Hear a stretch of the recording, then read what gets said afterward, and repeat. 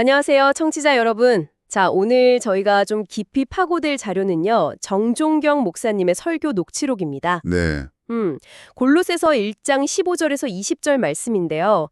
왜 예수 그리스도 한 분만으로 충분한가? 바로 이 질문에 답하는 내용입니다. 그 유명한 구절이죠. 네, 맞아요.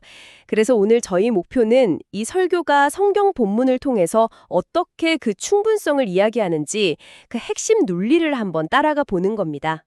자, 그럼 한번 본격적으로 탐구를 시작해 볼까요? 좋습니다. 우선 이 골로새서 배경을 아주 간단하게만 짚어보면요. 사도 바울이 로마 감옥에서 쓴 편지, 그러니까 옥중서신 중 하나잖아요. 네, 그렇죠. 이게 지금의 튀르키예, 옛날 소아시아 지역의 골로새라는 작은 도시에 있던 교회에 보낸 건데 재밌는 건 바울이 직접 가서 세운 교회가 아니라는 점이에요. 맞아요. 그 제자였던 에바브라를 통해서 복음이 전해진 곳이죠. 네, 바로 게 에바브라. 그런데 이 교회에 좀 심상치 않은 문제들이 있다는 소식을 듣고 바울이 편지를 쓴 거죠. 네, 맞아요. 설교에서도 바로 그 골로새 교회의 문제 상황을 꽤 비중 있게 다루고 있더라고요. 네, 그 부분이 정말 흥미롭던데요. 그러니까 예수님 믿는 것만으로는 뭔가 좀 부족하다. 거기에 뭔가 더해야 플러스 알파가 있어야 진짜 구원을 얻는다. 뭐 이런 가르침이 퍼지고 있었다는 거예요. 플러스 알파요? 구체적으로 어떤 것들이죠? 뭐 예를 들면 설교에 따르면요. 천사를 숭배해야 한다거나 아니면 유대교 율법 조항들 있잖아요. 뭐 할례나 절기 같은 거. 아, 율법 준수. 네. 그런 걸 지켜야 한다거나 아니면 아주 신비롭고 특별한 영적 체험 이런 걸 해야만 구원이 완성된다는 주장들이 있었던 것 같아요. 와... 겉으로 보면 뭔가 더 경건해 보이고 더 깊어 보이는 그런 교묘한 가르침들이었죠. 듣기만 해도 좀 혼란스러운데요. 예수님 믿음 외에 다른 게 필수 조건처럼? 바로 그겁니다. 그게 설교자가 지적하는 핵심 위험이에요. 이런 혼합주의적인 가르침들이 결국에는 예수 그리스도의 그 절대적인 유일성 또 완전한 충분성 이걸 희석시킨다는 거죠. 아, 중심에서 밀려나게 만드는 거군요. 그렇죠. 신앙의 본질이고 중심이신 그리스도를 마치 여러 옵션 중 하나 아니면 뭐 그냥 기본 사양 정도로 이렇게 격화시키는 결과를 낳는다는 겁니다. 네. 그리고 설교자는 이게 뭐 그냥 2000년 전 골로새 교회만의 문제가 아니다 이렇게 강조해요. 아, 오늘날에도요? 네, 바로 우리 주변에서도 비슷한 모습들이 있다는 거죠. 예를 들어서 뭐 예수님도 믿지만 세상 성공 공식도 좀 따라야지. 아니면 신앙도 중요한데 현실에선 돈이 최고지 뭐 이런 생각들. 많이 듣는 얘기 같기도 하고요. 심지어는 뭐 신앙이란 현실 사이에서 적당히 타협하는 게 지혜다 이런 생각들까지요. 이런 생각들 밑바탕에는 결국 예수님 말고 다른 무언가를 우리 삶이나 구원에 꼭 필요한 요소로 두려는 그런 경향이 있다는 분석이죠. 와, 그렇게 연결하니까 골로새 교회의 문제가 정말 시대를 넘어서 지금 우리에게도 해당되는 얘기처럼 들리네요. 그럼 이런 혼란스러운 상황에 대해서 설교는 뭐라고 답하나요? 아주 명료하고 단호합니다. 설교는 아니다. 예수 그리스도 한 분이면 충분하다. 이렇게 선언하죠. 충분하다. 그럼 이제 그 이유를 하나씩 좀 들어봐야겠네요. 네. 설교가 본문을 통해 어떻게 그 이유를 설명하는지 그 논증을 따라가 보시죠. 설교가 제시하는 첫 번째 근거. 그건 바로 예수님이 보이지 아니하는 하나님의 형상이시기 때문이라는 겁니다. 15절 앞부분이죠. 그는 보이지 아니하는 하나님의 형상이요. 네. 여기서 설교는 우리가 보통 본다고 할 때 그건 가시광선이라는 아주 제한된 영역만 보는 거라는 점을 먼저 짚어요. 그렇죠. 우리가 볼 수 있는 건 극히 일부죠. 네. 그러니까 본질적으로 영이시고 보이지 않는 하나님을 우리 눈으로 직접 보겠다. 이 생각 자체가 한계가 있다는 거죠. 그런데 바로 그 보이지 않는 하나님의 본질, 그분의 모든 것이 완벽하게 드러난 분이 누구냐? 바로 예수 그리스도시다. 라는 선언이에요. 아, 요한복음 말씀 생각나네요. 나를 본 자는 아버지를 보았다. 맞습니다. 바로 그 맥락이죠. 그러니까 형상이라는 게 단순히 뭐 외모가 닮았다. 이런 차원이 아니고 네. 하나님의 속성, 그분의 사랑, 공의, 능력, 지혜 이런 본질 자체가 예수님을 통해서 나타난다는 의미예요. 본질 그 자체. 와닿네요. 정확합니다. 설교는 이 형상 개념이 하나님의 본질 그 자체를 의미한다고 강조해요. 그래서 예수님을 아는 게 곧 하나님을 아는 거고 예수님을 만나는 게 곧 하나님을 만나는 경험이 된다는 거죠. 그렇군요. 더 나아가서 설교는 이걸 기독교의 핵심 교리인 삼위일체랑 연결합니다. 성부, 성자, 성령, 세 위격이 한 분 하나님이시라는 거잖아요. 네, 삼위일체. 창세기 1장, 천지 창조 때 하나님이 우리라고 표현하신 것처럼 창조 사역에도 성부 하나님뿐만 아니라 성자 예수님, 성령님도 함께 하셨다는 사실을 짚어줘요. 그리고 이게 바로 16절 말씀으로 이어지는 거죠. 아, 16절. 만물이 그에게서 창조되되 그 구절이군요. 네. 하늘과 땅에서 보이는 것들과 보이지 않는 것들과 혹은 왕권들이나 주권들이나 통치자들이나 권세들이나 만물이 다 그로 말미암고 그를 위하여 창조되었고. 이야, 16절 말씀은 정말 엄청난 선언인데요. 보이는 세계뿐 아니라 보이지 않는 영적 세계의 권세들까지도 전부 다 예수님을 통해서 그리고 예수님을 위해서 창조되었다는 거잖아요. 그렇습니다. 설교는 이 구절을 통해서 창조의 기원 그리고 그 목적이 모두 예수 그리스도께 있다. 이걸 강조하는 거죠. 온 우주 만물, 천사들, 심지어 인간이 만든 어떤 권력 구조까지도 궁극적으로는 그리스도를 드러내고 그분께 영광 돌리기 위해 존재한다는 거예요. 와, 이걸 좀 더 큰 그림에서 보면 우리 한 사람 한 사람의 삶의 의미나 목적도 결국 이 창조주의 신 그리스도 안에서 찾을 수 있다. 이런 메시지로 연결되는 거죠. 그렇군요. 목적을 잃어버리면 방황하게 된다는 경고 같기도 하고요. 맞습니다. 그래서 예수님이 보이지 않는 하나님의 완전한 형상이시고 또 모든 것의 창조주의자 존재 목적이시기 때문에 다른 어떤 것도 덧붙일 필요 없이 그분만으로 충분하다. 이게 첫 번째 논거였습니다. 네, 첫 번째 이유 잘 들었습니다. 그럼 설교가 제시하는 다음 논점은 뭔가요? 두 번째 이유는 예수님께서 만물보다 먼저 계시고 또 만물을 붙들고 계시기 때문이라는 겁니다. 17절 말씀이죠. 17절. 또한 그가 만물보다 먼저 계시고 만물이 그 안에 함께 섰느니라. 네, 여기서 만물보다 먼저 계시다는 건 앞에서 얘기한 창조주 되심하고 자연스럽게 연결되죠. 시간과 공간을 포함한 모든 피조 세계가 존재하기 이전부터 영원 전부터 계시는 분이라는 의미니까요. 그분의 신성, 하나님 되심을 아주 강력하게 보여주는 표현이에요. 영원 전부터. 네. 그리고 뒤에 만물이 그 안에 함께 섰느니라? 이 구절은 좀 독특하게 들리는데요. 함께 섰다. 이게 어떤 의미일까요? 이게 아주 중요한 포인트입니다.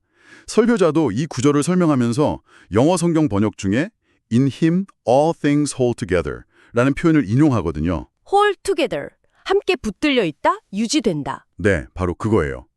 단순히 존재한다는 걸 넘어서 우주의 모든 질서, 법칙, 생명의 유지, 더 나아가서 사회나 개인의 삶의 안정까지도 전부 다 예수 그리스도의 주권적인 능력 안에서 붙들려 있다, 유지되고 있다, 이런 뜻으로 해석하는 거죠. 와, hold together. 모든 것이 그분 안에서 유지되고 지탱된다. 정말 스케일이 큰 개념이네요. 그렇죠. 마치 뭐랄까 중력이 행성들을 붙잡고 있듯이 그리스도가 만물의 안정성을 유지하는 근본 원리다. 이런 느낌이에요. 아, 비유가 확 와닿습니다. 설교에서는 이 개념을 또 현실 문제랑 연결시켜요. 예를 들어 세상에서 벌어지는 끔찍한 범죄나 사회적인 혼란, 자연재해 같은 현상들을 언급하면서 이런 것들이 근본적으로는 만물을 붙드시는 그리스도로부터 인간 사회나 개인이 멀어졌기 때문에 발생하는 균열 또는 붕괴의 징후다. 이렇게 해석하는 관점을 제시해요. 아, 그 예시로 드셨던 캄보디아 납치 사건 같은 게 그런 맥락이었군요. 네, 그런 악과 혼돈이 그리스도의 질서에서 벗어났을 때 나타나는 어떤 극단적인 모습이다. 이걸 보여주려는 의도였겠죠. 듣고 보니 그렇다면 여기서 정말 중요한 질문이 생기네요. 진짜 안정, 진짜 평화, 흔들리지 않는 삶의 기반, 이걸 과연 어디서 찾을 수 있는가? 설교의 답은 역시 명확합니다. 바로 만물을 붙드시는 예수 그리스도 안에 있을 때 가능하다는 거예요. 내 삶이 불안하고 흔들린다고 느낄 때, 사회가 혼란스럽다고 느껴질 때, 그 근본적인 해결책은 우리를 붙드시는 그리스도께 돌아가서 그분 안에 뿌리내리는 것이다. 우리 존재의 기반 자체가 그분께 달려있다. 이런 선언인 거죠. 와, 이게 바로 예수님 한 분만으로 충분한 두 번째 이유로 제시됩니다. 예수님이 만물의 시작이실 뿐 아니라 지금도 모든 것을 붙들고 유지하시는 분이기 때문에 다른 것에 의존할 필요가 없다. 정말 강력한 논리네요. 자, 그럼 이제 마지막 세 번째 핵심 근거로 가보죠. 네, 세 번째 이유는 예수님이 교회의 머리이시고 또 죽은 자들 가운데서 먼저 나시니 즉 만물의 으뜸이시고 궁극적으로 하나님과 우리 사이를 화목하게 하시는 유일한 분이시기 때문이다 라는 겁니다. 18절부터 20절까지 쭉 이어지는 내용이죠. 네, 여러 중요한 역할이 나오네요. 먼저 교회의 머리라는 비유부터 좀 풀어주시죠. 네, 설교는 일단 교회가 어떤 건물이 아니라 예수님을 구주로 믿는 성도들의 공동체라는 걸 전제하고요. 이 공동체의 중심, 그리고 통치자는 사람이 아니라 오직 예수 그리스도 한 분뿐이어야 한다. 이렇게 딱 못을 박습니다. 아, 이게 아까 말씀하셨던 골로새 교회 문제 상황이랑 직접 연결되네요. 스스로 머리 노릇하려던 사람들이 있었다는 그 지적과요. 맞습니다. 설교에 따르면 사람이 교회의 중심이 되려고 할 때 교회는 방향을 잃어버리거나 세속화되거나 아니면 내부 갈등으로 병들게 된다는 거예요. 그럴 수 있겠네요. 오직 그리스도만이 교회의 생명이고 능력의 근원이시고 교회가 따라야 할 유일한 방향 제시자라는 거죠. 교회가 건강하게 서려면 반드시 그리스도를 모리로 모셔야 한다. 이 점을 강조합니다. 그렇군요. 그럼 죽은 자들 가운데서 먼저 나신 이건 어떤 의미인가요? 부활이랑 관련 있어 보이는데요? 네, 맞아요. 예수님의 부활을 가리키는 아주 중요한 표현입니다. 그분이 단순히 죽었다 살아나셨다. 이걸 넘어서서 모든 믿는 자들의 부활의 첫 열매, 그러니까 대표이자 보증이 되셨다는 의미예요. 첫 열매, 대표이자 보증. 네, 그분의 부활이 있기 때문에 장차 우리도 그분처럼 부활해서 영원히 하나님과 함께할 거라는 소망의 근거가 되는 거죠. 그래서 만물의 으뜸이 되신다는 표현하고도 연결되고요. 부활을 통해 죽음의 권세를 이기시고 모든 것 위에 뛰어나신 분이 되셨다는 선언입니다. 교회의 머리, 부활의 첫 열매, 그리고 마지막으로 화목하게 하시는 분. 이게 어쩌면 정말 가장 핵심적인 부분일 수도 있겠다는 생각이 드네요. 네, 저도 그렇게 생각합니다. 19절과 20절을 보면 하나님 아버지께서 기꺼이 모든 충만으로 예수님 안에 거하게 하시고 그의 십자가의 피로 화평을 이루셨다고 말씀하거든요. 십자가의 피. 네, 여기서 화평 또는 화목은 죄 때문에 하나님과 원수되었던 인간과의 관계가 회복되는 걸 의미하죠. 설교는 이 화목이 어떻게 이루어졌는지에 초점을 맞춥니다. 바로 예수 그리스도의 십자가에서의 죽음, 그분의 피 흘리심을 통해서만 가능했다는 점을 명확히 하는 거죠. 아, 그러니까 인간의 어떤 노력이나 선행, 율법 준수, 신비한 체험, 이런 걸로는 도저히 해결할 수 없는 죄 문제, 하나님과의 그 깨진 관계를 오직 예수님의 십자가 희생만이 해결할 수 있었다는 거군요. 네, 맞습니다. 설교는 이 점을 아주 강하게 역설해요. 우리 인간 쪽에서는 하나님께 나아갈 방법이 전혀 없었기 때문에 하나님께서 친히 예수 그리스도를 통해서 길을 여셨다는 겁니다. 이 십자가 사건이야말로 예수 그리스도 사역의 정점이고 또 그분이 우리의 유일하고도 완전한 구원자가 되시는 결정적인 이유라는 거죠. 그렇군요. 그렇기 때문에 다른 어떤 것도 이 십자가의 공로에 더하거나 뺄 수 없다. 이런 결론에 이르게 되는 겁니다. 자, 그럼 지금까지 살펴본 내용을 한번 정리해 볼까요? 정종경 목사님 설교는 골로새서 1장 15절에서 20절을 가지고 예수 그리스도 한 분만으로 충분한 이유를 크게 세 가지 축으로 설명했네요. 네, 첫째, 그분은 보이지 않는 하나님의 완전한 형상이시고 모든 만물의 창조주이자 존재 목적이시다. 그렇죠. 둘째, 그분은 만물보다 먼저 계셨을 뿐 아니라 지금도 만물을 붙들고 유지하시는 분이시다. 네, hold together. 셋째, 그분은 교회의 유일한 머리이시고 부활의 첫 열매로서 우리에게 영생의 소망을 주시고 무엇보다 십자가의 피를 통해 하나님과 우리 사이에 깨어진 관계를 회복시키시는 유일한 화목 제물이시다. 와, 그래서 이 모든 것이 결국 무엇을 말하는 걸까요? 결국 이 설교의 핵심 논리는 이거죠. 예수 그리스도의 정체성 자체가 보이지 않는 하나님의 형상, 만물의 창조주, 유지자, 교회의 머리, 부활의 첫 열매, 화목 제물, 이게 너무나 우주적이고 절대적이라는 겁니다. 네. 그렇기 때문에 우리의 구원과 신앙에 다른 어떤 인간적인 노력이나 종교적인 행위, 신비한 체험, 이런 걸 덧붙이려는 시도 자체가 그분의 완전하심과 충분하심을 근본적으로 오해하거나 축소하는 거다라는 강력한 선언이죠. 아, 덧붙이는 것 자체가 문제라는 거군요. 그렇죠. 처음에 제기됐던 골로새 교회 문제나 오늘날 우리 사회에서 보이는 혼합주의적인 경향들, 그러니까 예수님 플러스 알파를 추구하는 모든 생각에 대해서 아주 분명한 경고의 메시지를 던지는 겁니다. 네. 그래서 설교의 결론은 더욱 명확해지는 것 같아요. 우리의 개인적인 삶이든 가정이든 교회 공동체든 더 나아가서 이 세상 만물 전체가 흔들리지 않고 자기 본래 목적대로 견고하게 서려면 오직 만물의 주인이시고 우리를 하나님과 화목하게 하신 예수 그리스도 안에 뿌리내리고 그분을 중심에 모셔야 한다. 이겁니다. 네. 청취자 여러분께서는 이 설교가 제시한 예수님의 다양한 모습과 역할 중에서 특별히 어떤 부분이 정말 그래서 예수님 한 분이면 충분하구나 하고 가장 깊이 와닿으셨나요? 한번 잠시 생각해 보시는 것도 좋을 것 같습니다. 네, 오늘 저희는 정종경 목사님의 설교를 통해 골로새서 1장 15절에서 20절이 예수 그리스도의 완전한 충분성을 얼마나 다각적이고 강력하게 논증하는지 깊이 있게 살펴보았습니다.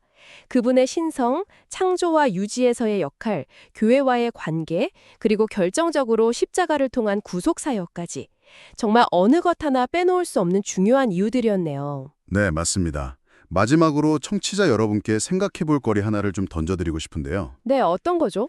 이 설교는 그리스도의 역할이 단순히 개인 구원이나 교회 안에만 머무는 게 아니라 만물, 그러니까 하늘과 땅에 있는 모든 것들을 붙들고 그 안에서 화평을 이루는 아주 우주적인 차원임을 강조했잖아요. 네, 그랬죠. 만물을 붙드신다는 것. 그렇다면 골로새서에 대한 이런 해석, 즉 그리스도의 우주적인 통치와 화해 사역에 대한 이해를 우리가 받아들인다면 이게 우리의 개인적인 신앙생활을 넘어서서 우리가 세상을 바라보는 방식, 예를 들어 끊임없이 일어나는 사회 문제나 때로는 이해하기 어려운 자연 질서의 현상들을 해석하고 반응하는 방식에 과연 어떤 영향을 미칠 수 있을까요? 그 질문은 정말 곱씹어 볼 만한데요. 그리스도의 역할이 우주적이라면 세상을 보는 눈도 달라져야 한다는 말씀이시군요. 네, 그런 질문을 한번 던져보는 거죠. 이 질문에 대해 한번 생각해 보시는 건 어떨까? 제안해 봅니다. 네, 아주 좋은 질문인 것 같습니다. 오늘 저희와 함께 깊이 탐구해 주셔서 감사합니다. 다음 시간에 또 다른 흥미로운 자료로 여러분을 찾아뵙겠습니다.